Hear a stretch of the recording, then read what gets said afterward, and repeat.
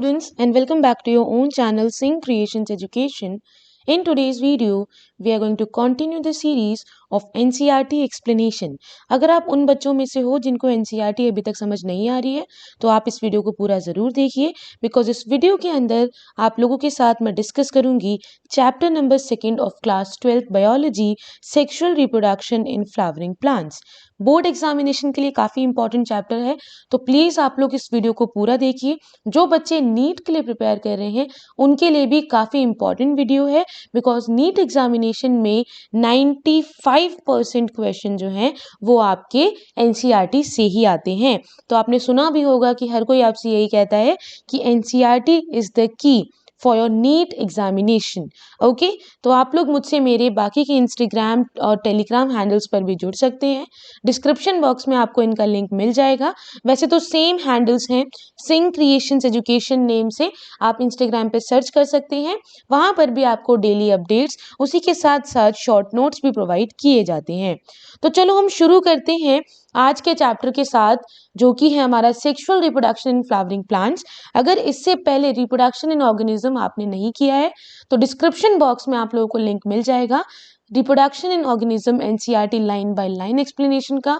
आप लोग उसे ज़रूर देखिए. आई प्रॉमिस आप लोगों के सभी डाउट्स जो हैं वो क्लियर हो जाएंगे. तो चलो हम शुरू करते हैं. हम क्या क्या पढ़ने वाले हैं.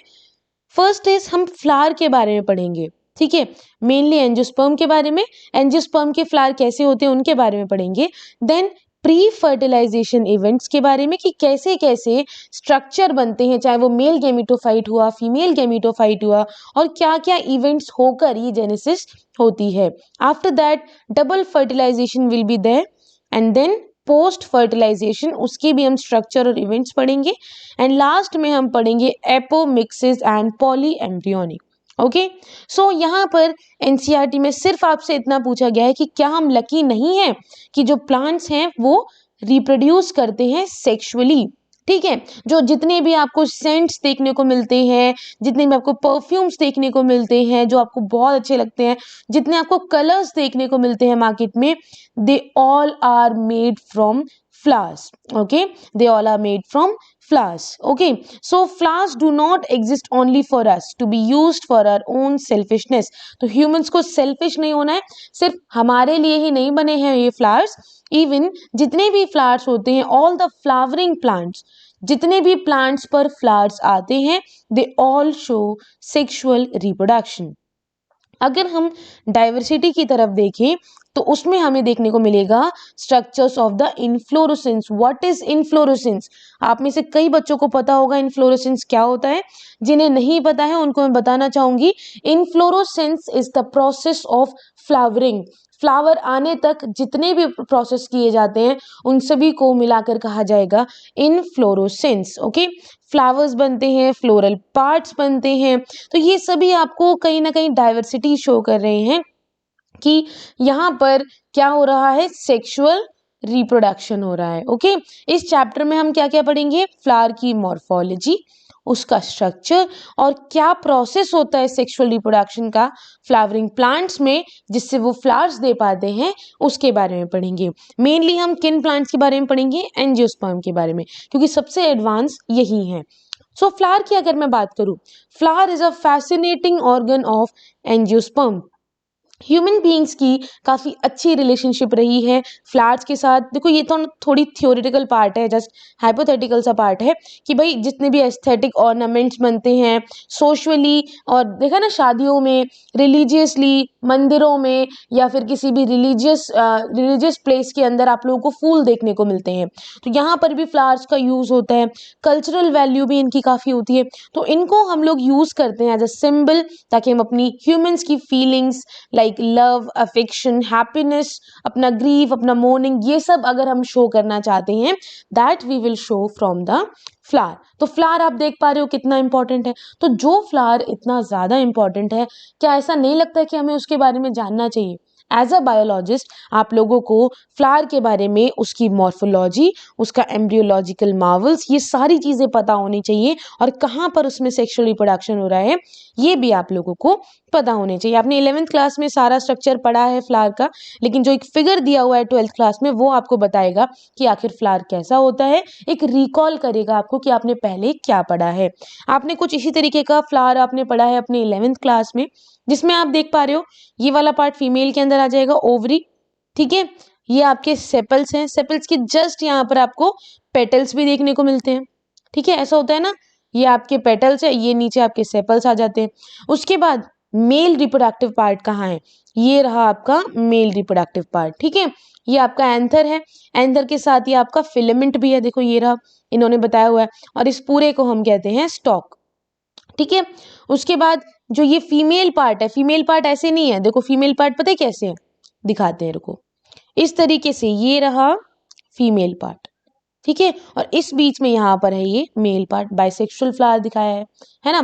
तो एंथर भी हो गए, पेटल भी हो गए, ये आपका स्टिग्मा जहां पर पोलन ग्रेन आके पोलन पिस्टल इंटरेक्शन करते हैं, राइट। फिलामेंट मैंने आपको बता दिया, स्टाइल मैंने आपको बता दिया, जो लंबी सी आपको डंडी देखने को मिल रही है, दिस इज स्टाइल।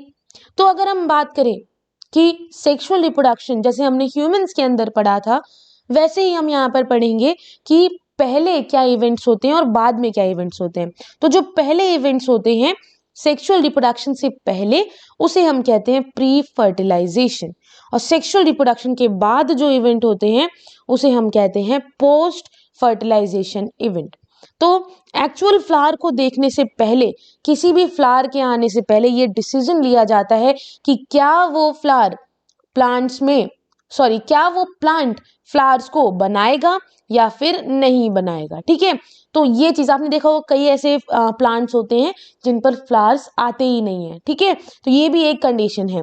काफी सारे, ये बहुत इंपॉर्टेंट लाइन है जो अंडरलाइन है, हाईलाइटेड हैं, काफी सारे हार्मोनल और स्ट्रक्चरल चेंजेस होते हैं जिसकी वजह से there will be differentiation and further development of floral primordium. What do you mean by floral primordium? किसी भी पर्टिकुलर प्लांट में जो उसका स्टेम होता है उसके एंड पर हमें कुछ बर्ड्स देखने को मिलते हैं, प्लांट के स्टेम के एंड में हमें कुछ बर्ड्स देखने को मिलते हैं जिससे कि फ्लावर डेवलप होगा, उसे हम कहते हैं फ्लोरल प्राइमोडियम। इनफ्लोरोसेंस मैंने आपको बताया है, इनफ्लोरोसेंस बनती है which bear the floral buds, जो फ्लोरल बड्स उसके पास होते हैं। What do you mean by inflorescence? अभी मैंने आप लोगों को बताया था, the process of flowering, the arrangement of a flower on a plant is known as inflorescence, okay. और इन सब के बाद फ्लोरल प्राइमोडियम, इनफ्लोरेसेंस, इनके बाद जो है वो फ्लावर बनता है। तो फ्लावर बनने से पहले इतने सारे स्टेप्स जो हैं वो इन्वॉल्व होते हैं। इन द फ्लावर, फ्लावर के अंदर जो मेल और फीमेल रिप्रोडक्टिव स्ट्रक्चर्स हैं उनमें से मेल रिप्रोडक्टिव स्ट्रक्चर को एंड्रोशियम कहा जाता है और फीमेल रिप्रोडक्टिव स्ट्रक्चर को गाइनोशियम कहा जाता है। तो ये भी डिफ्रेंशिएट होते हैं और डेवलप होते हैं। यू वुड रिकलेक्ट, आप रिकलेक्ट करो अपने 11th क्लास की नॉलेज को कि जो एंड्रोशियम है उसके पास स्टेमेन प्रेजेंट होता था, ठीक है, एक स्टेमेन प्रेजेंट होता था, उस स्टेमेन के ऊपर आपको ये फिलामेंट देखने को मिलता था और ये आपका होता था एंथर, ठीक है। तो it will represent the male reproductive organ, और जो गाइनोशियम है वो रिप्रेजेंट करेगा फीमेल रिप्रोडक्टिव ऑर्गन। बात करते हैं एक एक करके मेल और फीमेल रिप्रोडक्टिव ऑर्गन की। Firstly we will talk about the male reproductive organ, जिसके अंदर आपको स्टेमेन देखने को मिलेगा, ठीक है। ये कंप्लीट आपका क्या है, स्टेमेन है, और स्टेमेन के अंदर ये पार्ट है, जैसे कि ये फिलामेंट हो गया, ये आपका एंथर हो गया, राइट। उसके बाद हम माइक्रोस्पोरेंजियम की बात करेंगे, देन हम पोलन ग्रेन की बात करेंगे।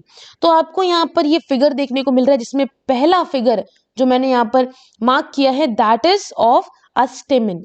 स्टेमेन के अंदर क्या क्या होता है, एक तो लंबी सी long slender stalk like structure, ठीक है, ये लंबा सा स्ट्रक्चर आपको जो देखने को मिल रहा है it is known as filament, it is known as filament. और उसके बाद इसी फिलामेंट से एक और स्ट्रक्चर अटैच्ड है, एक सेकेंड, इसी फिलामेंट से एक और स्ट्रक्चर अटैच्ड है जिसे हम कहते हैं एंथर। अब आप देख रहे हो एंथर जो है वो एक तो यहाँ पर पार्ट है और दूसरा इसी के पीछे सेम पार्ट है, तो दोनों आपस में जुड़े हुए हैं, तो दो हैं ये, इसीलिए इसको बायलोब्ड कहा जाता है। तो अगर मैं आपसे बात करूं, देखो ये एंथर का पूरा आप देख सकते हो 3 डायमेंशनल 3D स्ट्रक्चर दिखाया है इन्होंने। मैं बात करूं आपसे एंथर की, तो एंथर के अंदर क्या होता है, 2 लोब होते हैं। क्या होते हैं? 2 लोब्स होते हैं। ठीक है, तो कितना हो गया? 2 लोब हो गए, यानी कि बायलोब्ड स्ट्रक्चर है। ठीक है, तो जो प्रॉक्सिमल एंड होता है फिलामेंट का, ये जो एंड है फिलामेंट का, ये अटैच्ड होता है, ये पर्टिकुलर एंड अटैच होगा किससे? थैलेमस से, या फिर किससे?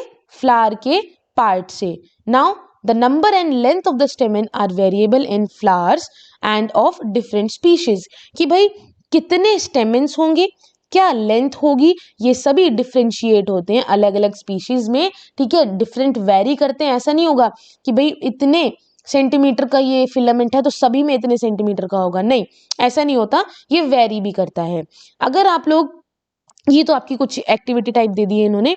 उसके आगे हम आते हैं, एक टिपिकल एंजियोस्पर्म में एंथर बाइलोब्ड होता है, जो कि मैंने आपको बता दिया, 2 लोब्स होते हैं। लोब क्या है? ये आप देख रहे हो, ये दोनों ही लोब है। ठीक है, यहाँ पर आप देख पा रहे थे ना, ये देखो, ये पहला लोब है, इसके जस्ट पीछे दूसरा लोब है ना। इसके अंदर, हर लोब के अंदर आपको क्या देखने को मिलेंगे? 2 थीका मिलेंगे। ईच लोब हैविंग 2 थीका, तो यहां पर भी थीका, यहां पर भी 2 थीका। ठीक है, क्लियर है? That are डायथीकस। डाई का मतलब क्या होता है? डाई का मतलब क्या होता है? 2, राइट। और बाय का मतलब क्या होता है? 2, राइट। तो ये चीज आप याद रखोगे। जब 2 लोब थे तो उसे कहा गया बायलोब्ड, जब एक एक लोब के पास 2 थीका मिलने लगे तो उसे कह दिया डायथीकस। क्लियर है ये चीज? Often a longitudinal groove runs length wise separating the theca. इनके बीच में एक ग्रूव होता है जो कि इन थीका को, इनको देखो, ये रहा ग्रूव, ये रहा ग्रूव। ठीक है, जो इन थीका को क्या करता है? सेपरेट करता है, ताकि पता लगे कि हाँ, ये 1 theca, it is 2 theca, it is 3rd, it is 4th। Okay, उसके बाद हम अगर ट्रांसवर्स सेक्शन देखें एंथर का, तो जो बायलोब्ड नेचर है एंथर का, वो हमें ट्रांसवर्स सेक्शन में काफी अच्छे से देखने को मिलता है। अगर हम बात करें माइक्रोस्पोरेंजिया, देखो एक चीज हमेशा याद रखना, माइक्रो, ठीक है, माइक्रो आप हमेशा मेल के लिए यूज करोगे और फीमेल के लिए आप यूज करोगे मेगा। ठीक है, फीमेल के लिए आप यूज करोगे मेगा। क्लियर है ये चीज? तो आप लोगों को जैसे मैंने यहाँ पे बताया था कि एंथर है, एंथर में 2 लोब प्रेजेंट है, इसलिए उसे बायलोब्ड कहते हैं।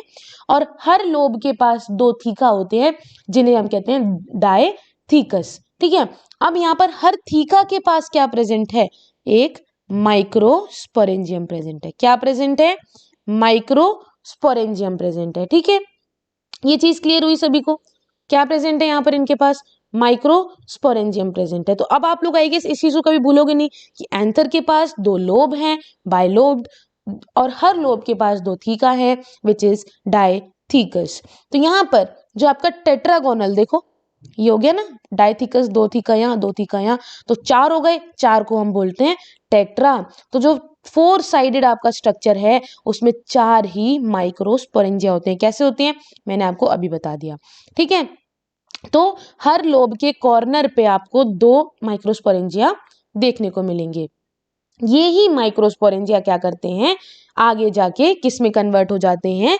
पॉलन सैक में कन्वर्ट हो जाते हैं। किस में कन्वर्ट हो जाते हैं? पॉलन सैक में कन्वर्ट हो जाते हैं। Clear? Now they extend longitudinally all through the length of an anther and are packed with pollen grain. Clear?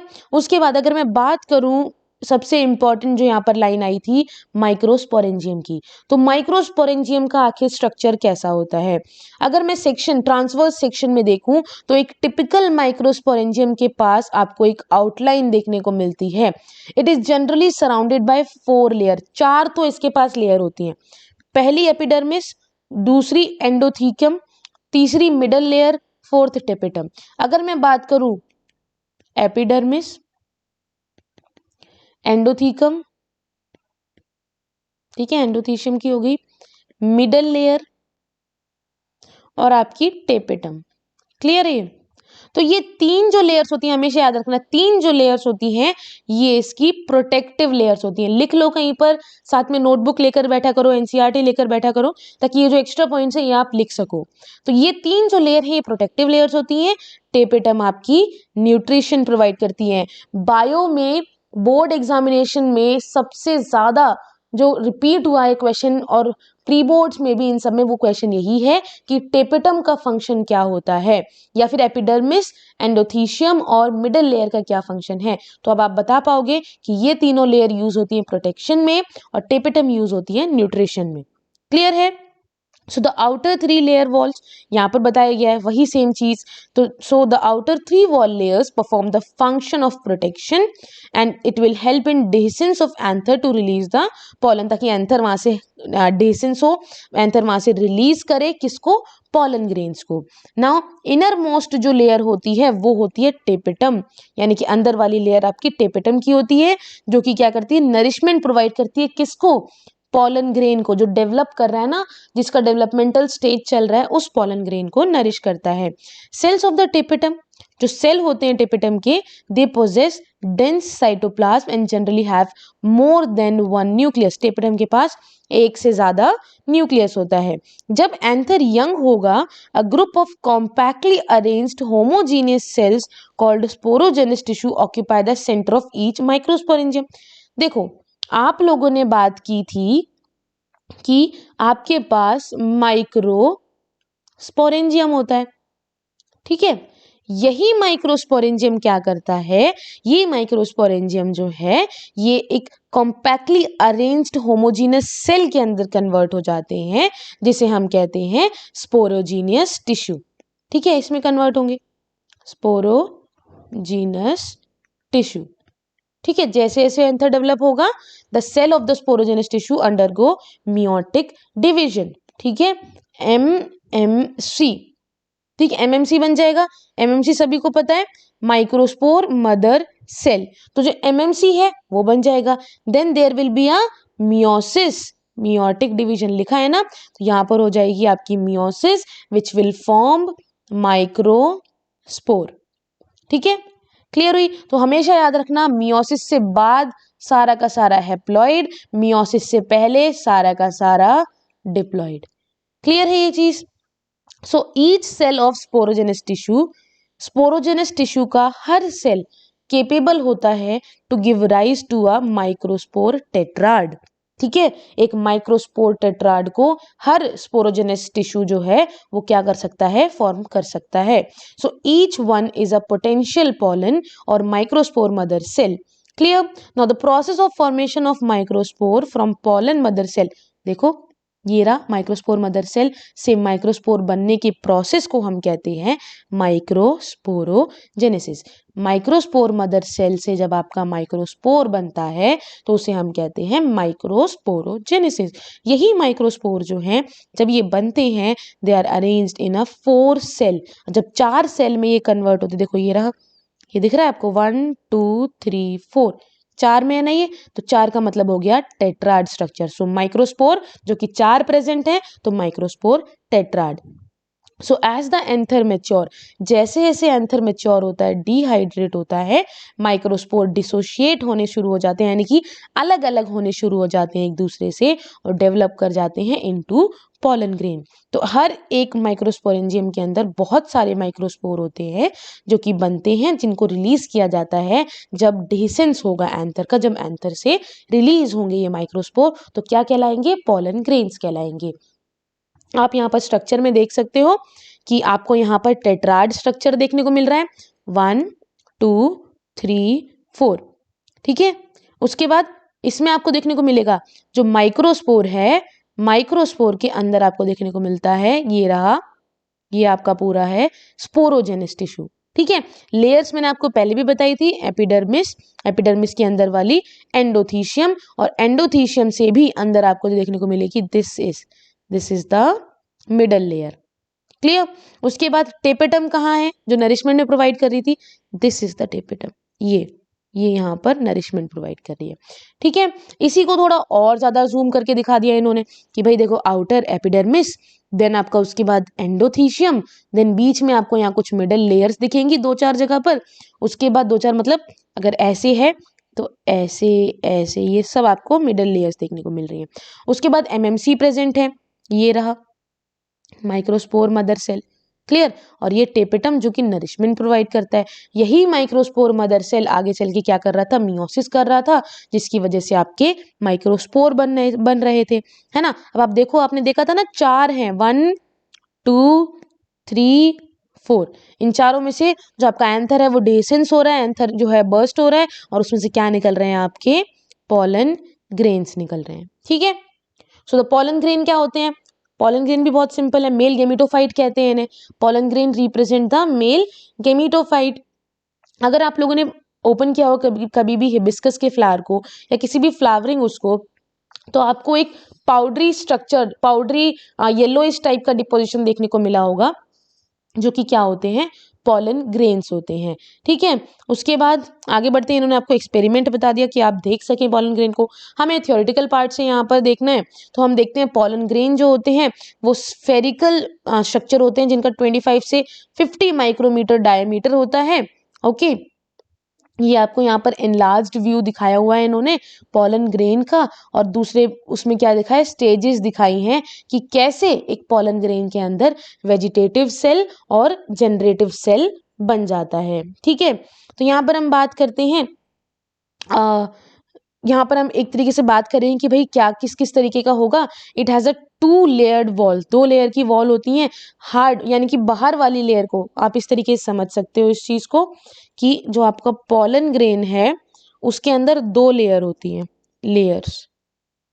कौन सी लेयर्स होंगी? पहली तो एक्साइन जो कि आपकी आउटर लेयर होती है, दूसरी इंटाइन जो कि आपकी इनर लेयर होती है। जो आउटर वाली होती है वो बनी हुई होती है स्पोरोपोलिनिन, और ये जो स्पोरोपोलिनिन होता है ना, ये बहुत ज़्यादा रेजिस्टेंट है। आज तक कोई भी सब्सटेंस, कोई भी एंजाइम, कोई मटेरियल इसको तोड़ नहीं पाया है, डिग्रेड नहीं कर पाया है। सबसे ज़्यादा रेसिस्टेंट ऑर्गेनिक मटेरियल है आज तक। It can withstand high temperature में भी रह सकता है, स्ट्रॉन्ग एसिड, एल्कलाई, कोई भी एंजाइम इसको डिग्रेड नहीं कर सकता है। पॉलन ग्रेन के अंदर जो एक्साइन लेयर जहाँ पर अपर्चर होती है, यानी कि जैसे समझ लो ये आपका पॉलन ग्रेन है, इसके बाहर यहाँ पर स्पोरोपोलिनिन प्रेजेंट है।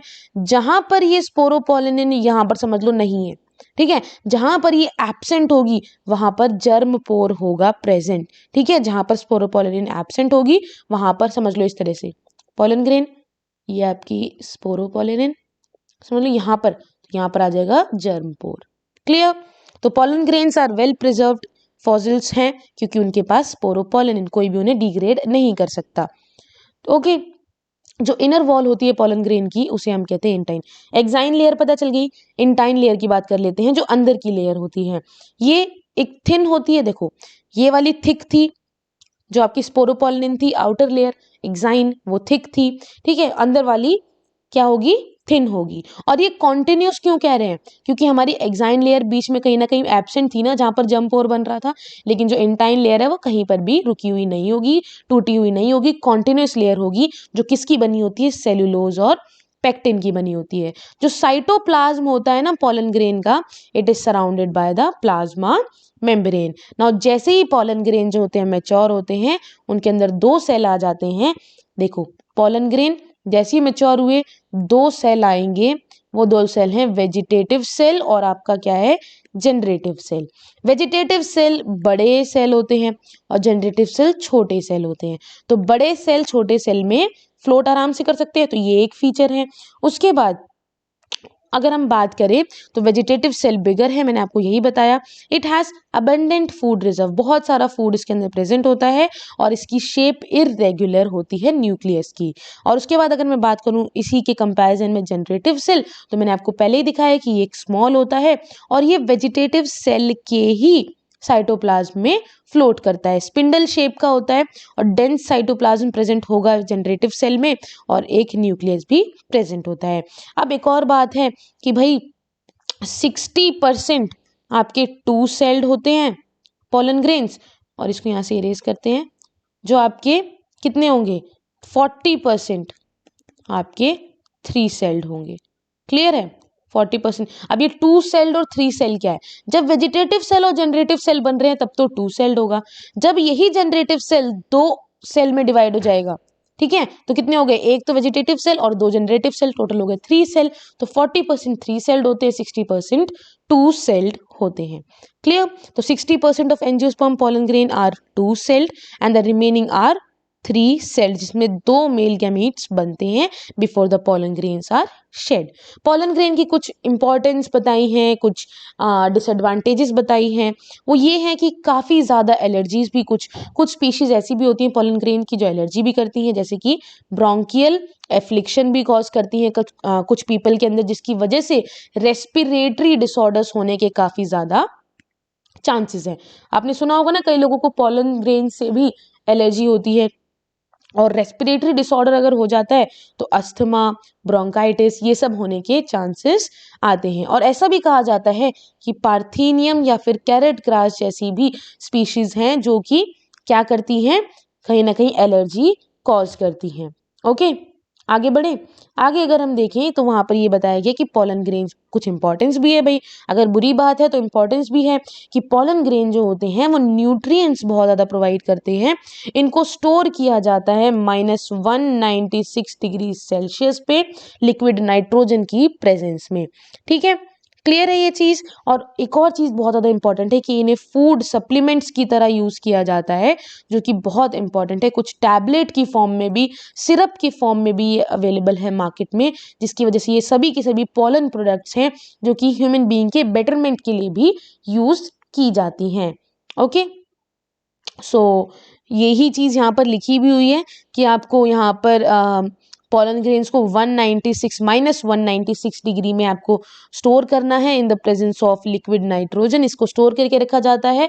Such stored pollen can be used at pollen banks, similar जैसे हम सीड बैंक में सीड रखते हैं वैसे पोलन बैंक में पोलन्स रखते हैं इन क्रॉप ब्रीडिंग प्रोग्राम। अब हम आ जाएंगे किस पर, फीमेल स्ट्रक्चर पर। फीमेल स्ट्रक्चर की अगर मैं बात करूं, द पिस्टिल मेगास्पोरेंजियम ओव्यूल जो कि आपका है, क्या कहलाएगा ये, एम्ब्रियो सैक भी होगा। तो पिस्टल भी है, मेगास्पोरेंजियम ओव्यूल भी है और आपका एम्ब्रियो सैक भी है। तो गाइनोशियम विच रिप्रेजेंट, गाइनोशियम जो कि रिप्रेजेंट करता है यहाँ पर फीमेल रिप्रोडक्टिव पार्ट को, फ्लावर के गाइनोशियम के अंदर क्या क्या होता है, एक सिंगल पिस्टिल होता है जिसको हम मोनो मतलब सिंगल, जिसके अंदर एक कार्पल होगा मोनोकार्पलरी, ज्यादा एक से ज्यादा कार्पल होंगे मल्टी कार्पलरी। ठीक है, तो more than one pistil multi carpellary, single pistil monocarpellary. तो जब when there are more than one pistil they may be fuse together. देखो ये आपको ये डायग्राम दिख रहा है, ये देखो एक से ज्यादा कार्पल्स हैं, एक से ज्यादा कार्पल्स हैं यहाँ पर। जब ये एक से ज्यादा कार्पल्स आपस में फ्यूज हो रहे हैं एक जगह पर, इस कंडीशन को कहते हैं सिनकार्पस। ठीक है, और जब ये इतने सारे कार्पल हैं लेकिन सभी एक दूसरे से अलग अलग हैं, फ्यूज्ड नहीं है, इस कंडीशन को बोलेंगे एपोकार्पस। क्लियर है, कुछ नहीं है फीमेल स्ट्रक्चर में, स्टिग्मा, स्टाइल, ओवरी, ये इंपॉर्टेंट पार्ट है। हमारा काम है इस डी वाले स्ट्रक्चर से। ठीक है, तो हर पिस्टल जो होती है उसके पास 3 पार्ट्स होते हैं। देखो हर पिस्टल के पास 3 पार्ट्स है, स्टिग्मा, स्टाइल, ओवरी। ये यहाँ पर बताए गए हैं, स्टिग्मा, स्टाइल, ओवरी। स्टिग्मा जो है वो एक लैंडिंग प्लेटफॉर्म है जहां पर आकर पोलन ग्रेन, समझ लीजिए स्टिग्मा है, यहाँ पर आकर आपके पोलन ग्रेन लैंड करते हैं। स्टाइल जो है वो एक ऐसा स्ट्रक्चर है जिससे कि पोलन ग्रेन नीचे तक पहुंचेंगे। The style is a elongated slender part beneath the stigma. जो बेसल बल्ज्ड पार्ट होता है उसे हम ओवरी कहते हैं, इस वाले पार्ट को ओवरी कहा जाता है। Clear, now inside the ovary, ovary के अंदर ही ओवेरियन कैविटी होती है, लोक्यूल होती है। प्लासेंटा जो है वो inside the ovarian cavity present रहेगा। ठीक है, आपने प्लासेंटेशन भी पहले से पढ़ा हुआ है ना। हम यहाँ पर देख रहे हैं इस वाले स्ट्रक्चर को। ठीक है, इसको आप कैसे इमेजिन करोगे, जैसे आपने ह्यूमन के अंदर देखा है ना, ये स्ट्रक्चर कनेक्टेड होता है प्लासेंटा से। ये प्लासेंटा है, प्लासेंटा के बाद आपका फ्यूनिकल आ जाएगा, फ्यूनिकल के बाद आपका ये वाला पार्ट आ जाता है हीलियम। क्लियर, ये सारी चीजें हो गई।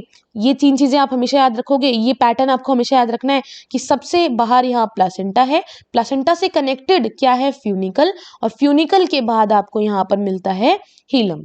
क्लियर है, 2 एंड्स होते हैं। ये किसका स्ट्रक्चर है, एंड ये ओव्यूल का स्ट्रक्चर है। ओव्यूल ओवरी में प्रेजेंट होगा, इसलिए आपको फीमेल के अंदर इसको पढ़ना जरूरी है।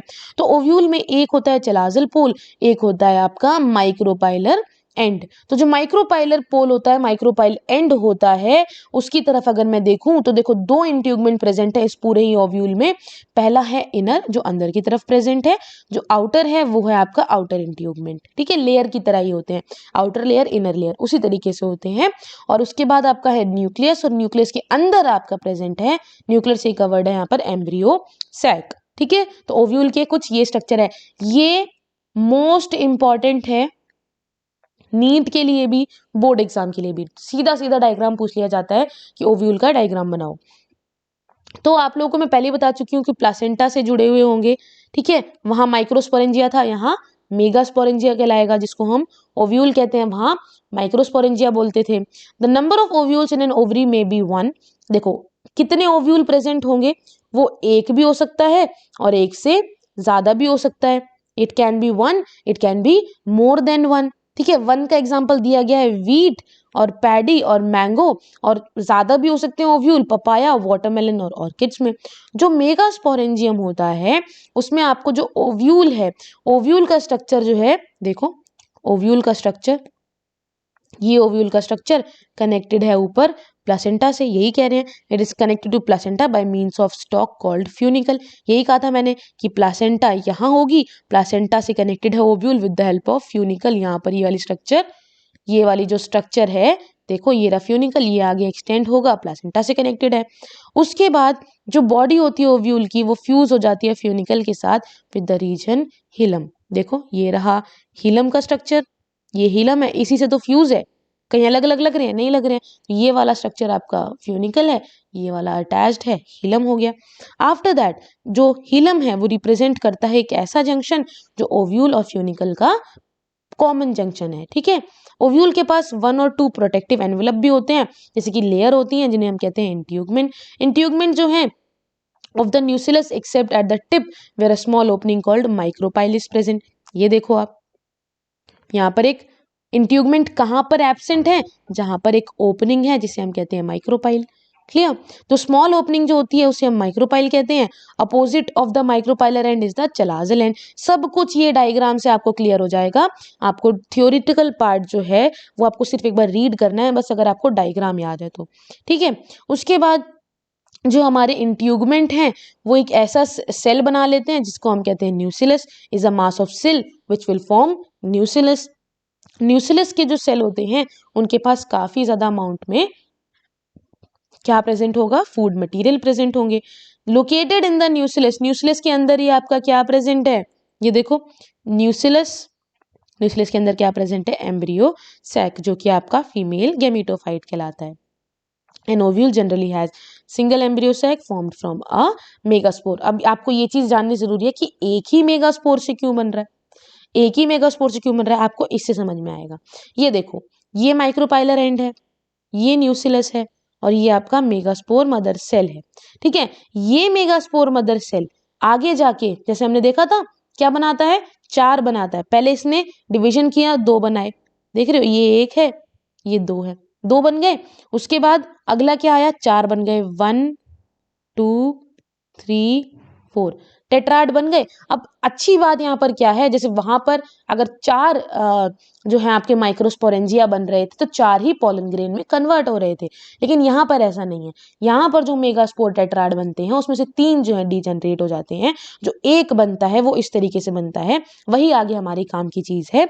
तो क्या होगा, एक न्यूक्लियस है, 2 न्यूक्लियस है, तो कैसा स्ट्रक्चर हो गया, कैसा स्ट्रक्चर हो गया, बाइन्यूक्लिएटेड। उसके बाद हमारा क्या आ जाएगा, 2 से 4 बने, 4 से 8 बन गए, 8 न्यूक्लिएटेड स्ट्रक्चर।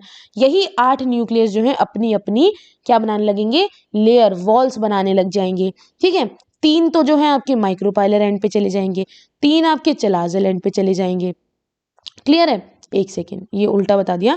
3 जो है आपके कहाँ पहुंच जाते हैं, माइक्रोपाइलर एंड पे इधर, और 3 आपके चलाजल एंड पे पहुंच जाएंगे। अगर आप देखो इसको उल्टा कर देना, हमेशा इसको उल्टा करना, ये वाला माइक्रोपाइलर एंड है, ये चलाजल एंड है। जब इन्होंने आपको ये स्ट्रक्चर बना के दिखाया तो अपोजिट साइड पे कर दिए, क्यों, ताकि आप लोगों को ये इनकी फॉर्मेशन बता सके। देखो जो 3 न्यूक्लियस है उन्होंने अपने आसपास क्या बनाई, लेयर बनाई, तो 3 अलग अलग सेल में डिवाइड हो गए, ठीक है, जिन्हें हम कहेंगे 2 तो आपके सिनर्जिड होते हैं जो आगे चल के डीजनरेट हो जाते हैं, एक आपका एग होता है। उसके बाद जो आपका ये जो 2 आपको देखने को मिल रहे हैं ये आपके 2 पोलर न्यूक्लियाई हैं, और जो 3 आपके चलाजल एंड पे गए थे ना उन्हें हम कहते हैं एंटीपोडल। अब इनका और डिफरेंशिएशन होता है, ये और कन्वर्ट होते हैं, तो ये क्या कहलाएंगे, माइक्रोपाइलर एंड अब नीचे आ गया, चलाजल एंड अब ऊपर है, तो एंटीपोडल सेल्स तो ये रहे 3, ठीक है। जो आपके 2 पोलर न्यूक्लियाई थे वो ये रहे, कितने हो गए, कितने न्यूक्लियस हो गए अब तक, 5 न्यूक्लियस हो गए। उसके बाद अब कितने न्यूक्लियस हो गए, 2 सिनर्जिड के और एक एग का, 8 हो गए, तो कितना हो गया, 8 न्यूक्लिएटेड, 8 न्यूक्लियस है ना, 8 न्यूक्लिएटेड।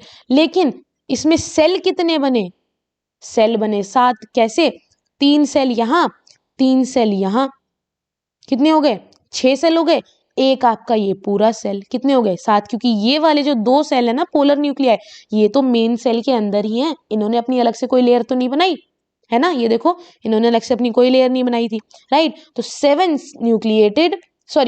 न्यूक्लिएटेड 7 सेल्ड स्ट्रक्चर होता है। अब आई गेस आप लोगों को ये समझ में आ जाएगा कि जो मेगास्पोरोजेनेसिस होता है यानी कि मेगास्पोर का बनना, the process of formation of megaspore is known as megasporogenesis. इसमें क्या होता है कि भाई एक लार्ज सेल होता है जिसके अंदर बहुत सारा साइटोप्लाज्म है और एक न्यूक्लियस भी प्रेजेंट है। तो जो मेगास्पोर मदर सेल है वो मियोटिक यानी कि मियोसिस करती है, और उसके बाद मियोसिस के रिजल्ट में वहां पर 4 मेगास्पोर बनेंगे।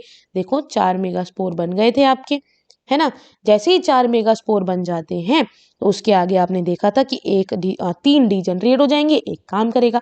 सो इन अ मेजॉरिटी फ्लावरिंग प्लांट जो होता है उनमें one of the megaspore is functional, सिर्फ एक ही फंक्शनल होता है और बाकी 3 क्या हो गए, डीजनरेट।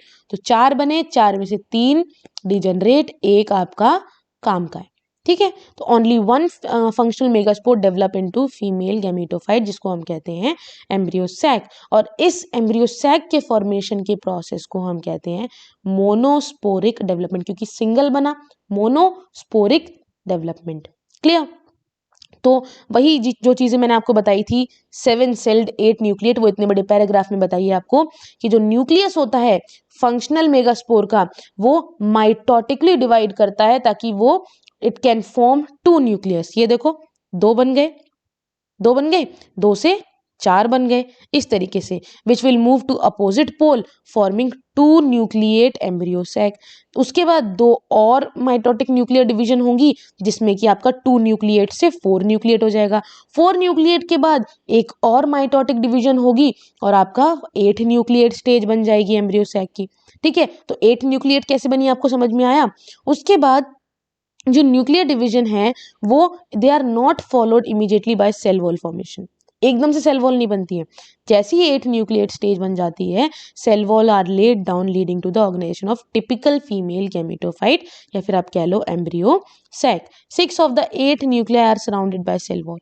ये देखो, ये देखो 1 2 3, ये 3, 1 2 3 6, इन सभी को क्या होता है, सेल वॉल होती है। देखो ये रही सेल वॉल, ये रही सेल वॉल, ये क्या है, 8 में से 6 न्यूक्लियस सेल वॉल से सराउंडेड होते हैं, ठीक है। और जो रिमेनिंग 2 होते हैं उन्हें हम पोलर न्यूक्लियाई कहते हैं, जो कि हमारे मेन सेंट्रल सेल में ही क्या होते हैं, फ्लोट कर होते हैं, सेंट्रल सेल में ही होते हैं। तो जो 3 सेल होते हैं which are grouped together at the micropylar end उसे हम कहते हैं सिनर्जिड, 2 को हम कहते हैं सिनर्जिड और 1 को हम कहते हैं एग। जो माइक्रोपाइलर, ये तीनों ही चीजें माइक्रोपाइलर एंड पे प्रेजेंट है। और जो सिनर्जिड होते हैं उनका बहुत स्पेशल सेल्यूलर थिकनिंग होती है उनके पास, ठीक है, and eight the micropylar tip जिसे हम कहते हैं फिलिफॉर्म अपैरेटस। सिनर्जिड के पास ही थिकनिंग होती है सेल्स की जिसे हम कहते हैं फिलिफॉर्म अपैरेटस, जो कि बहुत इंपॉर्टेंट रोल प्ले करती है। जब पॉलन ट्यूब आता है ना तो पॉलन ट्यूब को कैसे सिनर्जिड तक जाना है उसका काम फिलिफॉर्म अपैरेटस का होता है, उसको गाइड करने का। जो 3 सेल होते हैं चलाजल एंड पे वो कहलाते हैं एंटीपोडल्स। ये देखो ये चलाजल एंड है, 3 है, एंटीपोडल कहला रहे हैं, ठीक है। दो लार्ज सेंट्रल सेल है उसमें हमने पहले ही कहा था कि 2 पोलर न्यूक्लियाई होंगे, इसीलिए एक एंजियोस्पर्म के एम्ब्रियो सैक का जो मेच्योरिटी के टाइम पर जो स्ट्रक्चर होता है वो होता है 8 न्यूक्लिएट और 7 सिल्ड। आई होप आप लोगों को ये समझ में आया होगा। इसके आगे पॉलिनेशन का जो पार्ट है, पॉलिनेशन हो गया और आगे जितना भी पार्ट है वो सारा का सारा पार्ट हम सेकंड पार्ट में कवर कर लेंगे और उसी के साथ साथ इस चैप्टर को कवर कर लेंगे, कंप्लीट कर लेंगे। सो आई होप आप लोगों को ये वीडियो पसंद आई हो। कोई भी चीज़ अगर आपको समझ में नहीं आई है तो आप कमेंट सेक्शन में कमेंट करके मुझसे पूछ सकते हो। With that said, thank you so much. मिलते हैं नई वीडियो के साथ। Have a good day. Bye bye.